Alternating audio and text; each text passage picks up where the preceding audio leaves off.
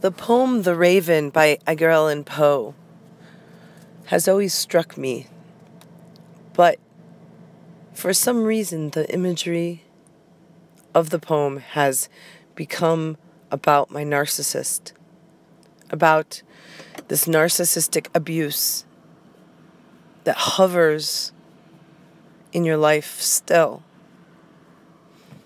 and remains in a way forever there. And the poem, I had memorized it when I was in high school, and I was a competitive swimmer. And we would have long swim practices, and I would just recite this poem over and over. And as much as I liked the poem, I never had a real, true attachment to it in the sense of understanding what it meant. And now, after having been in this relationship with my ex and gone through narcissistic abuse and had my world turned upside down and inside out, and my entire perspective of myself and the world around me shot to bits, this poem came to life for the first time. This is our narcissist, the person we were in love with. That's nothing more than an image of stone or a bird. So I'm going to read this poem. If you don't know it or you haven't read it in a long time, maybe think of it or hear it with different ears. And think of it from that point of view with your narcissist and this soul-shattering, incredible, life-changing experiences you went through. All right. The Raven by Edgar Allan Poe. Once upon a midnight dreary, while I pondered weak and weary over a quaint and curious volume of forgotten lore, while I nodded, nearly napping, suddenly there came a tapping, as of someone gently rapping at my chamber door. "'Tis some visitor," I muttered, tapping at my chamber door. Only this and nothing more. Distinctly, I remember, it was in the bleak December, and each separate dying ember wrought its ghost upon the floor. Eagerly I wished the morrow, vainly I sought to borrow from my books surcease to sorrow for the lost Lenore, for the rare and radiant maiden whom the angels named Lenore, nameless here for evermore. And the silken, sad, uncertain rustling of each purple curtain thrilled me, filled me with fantastic terrors never felt before, so that now, to still the beating of my heart, I stood repeating, "'Tis some visitor entreating entrance at my chamber door, some late visitor entreating entrance at my chamber door, 'tis it is, and nothing more." Presently my soul grew stronger, hesitating then no longer. "Sir," said I, "or madam, truly your forgiveness I implore. But the fact is I was napping, and so gently you came rapping, and so faintly you came tapping at my chamber door, that I scarce was sure I heard you. Here I opened wide the door. Darkness there and nothing more." Deep into that darkness peering, long I stood there wondering, fearing, doubting, dreaming dreams no mortal ever dared to dream before. But the silence was unbroken, and the stillness gave no token, and the only word there spoken was the whispered word, "Lenore." This I whispered, and an echo murmured back the word, "Lenore," merely this, and nothing more.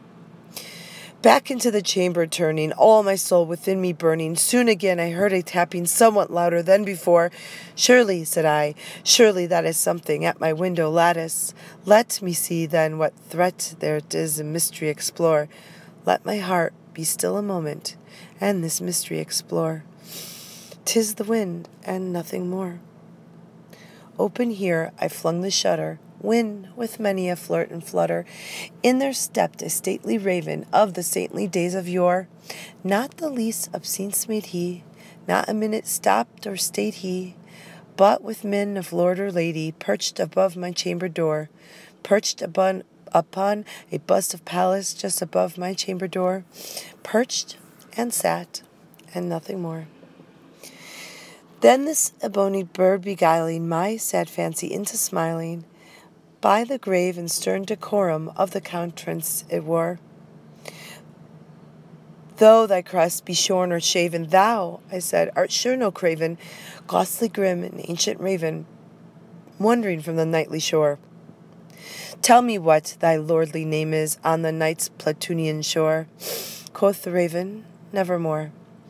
Much I marvelled this ungainly fowl to hear discourse so plainly, though his answer little meaning, little relevancy bore.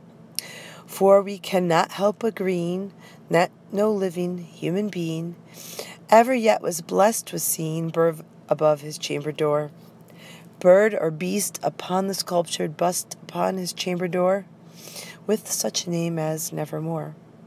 But the raven, sitting lonely on that placid bust, spoke only that one word, as if his soul in that one word he did outpour. Nothing further than he muttered, not a further than he fluttered, till I scarcely more than uttered, other friends have flown before. On the morrow he will leave me, as my hopes have flown before. Then the bird said, nevermore. Startled as the stillness broken by reply so aptly spoken, doubtless, said I, what it utters is its only stock and store, caught from some unhappy master, whom unmerciful disaster followed fast and followed faster, till his songs one burden bore, till the dirge of his hope that melancholy burden bore, of never, nevermore. But the raven, still beguiling my sad soul into smiling, straight I wheeled a cushioned seat in front of bird and bust and door. Then upon the velvet sinking, I betook myself to linking fancy unto fancy, thinking what this ominous bird of yore, what this grim, ungainly, ghostly, gaunt, and ominous bird of yore meant in croaking nevermore. This I sat engaged in guessing, but no syllable expressing to the fowl whose fiery eyes now burned into my bosom's core. This and more I sat divining, with my head at ease reclining on the cushion's velvet lining, then the lamplight gloated o'er, but whose velvet violet lining with the lamplight gloating o'er, she shall pass, ah, nevermore. Then methought the air grew denser, perfumed from an unseen censer, swung by seraphim whose footfalls tinkled at the tufted floor. Wretched, I cried, thy God hath sent thee, by these angels he has sent thee, respite, and nymph from thy memories of Lenore. Quaff, oh quaff this kind repent and forget the lost Lenore. Quoth the raven, nevermore. Prophet, said I, thing of evil, prophet still if bird or devil, whether tempter sent, or whether tempest tossed thee here ashore, dissolute yet all undaunted, on this desert land enchanted, on this home by horror haunted, tell me, truly I implore, is there balm in Gilead? Tell me, I implore. Quoth the raven, nevermore. Prophet, said I, thing of evil, prophet still if bird or devil, by that heaven that bends above us, by that God we both adore, tell this soul with sorrow laden, if with a distant Aden, it shall clasp a saintly maiden, whom the angels named Lenore, clasp a rare and radiant maiden, whom the angels named Lenore. Quoth the raven, nevermore. Be that word or sign in parting, bird or fend, I shrieked, upstarting, get thee back into the tempest and the night's Platonian shore. Leave no black plume as a token of that lie thy soul has spoken. Leave my loneliness unbroken. Quit the bust above my door. Take thy beak from out my heart, and take thy form from off my door. Quoth the raven, nevermore. And the raven, never flitting, still is sitting on the pallid bust of Pallas just above my chamber door, and his eyes have all the seeming of a demon's that is dreaming, and the lamplight o'er him streaming throws his shadow on the floor, and my soul from out that shadow that lies floating on the floor, it shall be lifted nevermore. Yep. That's your narcissist. the raven, always sitting, never flitting. And he's talking about no contact, telling the raven to leave because you are evil. Sign of the devil.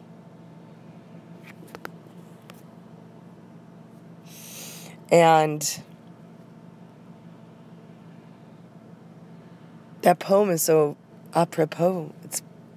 It's exactly it. I encourage everybody to find a copy. I posted it on this video, but it's hard to see. And read that.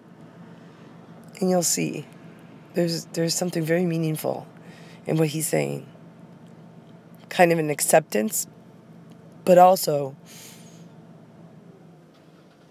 even though it's always going to be there, it's always going to be a shadow in our lives. It's always going to be right above our chamber door. We still have to go on and act as though it doesn't exist. Because, see, Lenore stood for innocence and beauty. And she died. And in her place came the raven. And he's sitting there mourning the death of beauty and innocence, while the raven, the narcissist, is there above his chamber door and has taken form, and now his life is alone with the raven. I also thought it was apropos because I love Raven's New Life YouTube channel. So, all right, everybody, have a great Labor Day tomorrow. Cheers.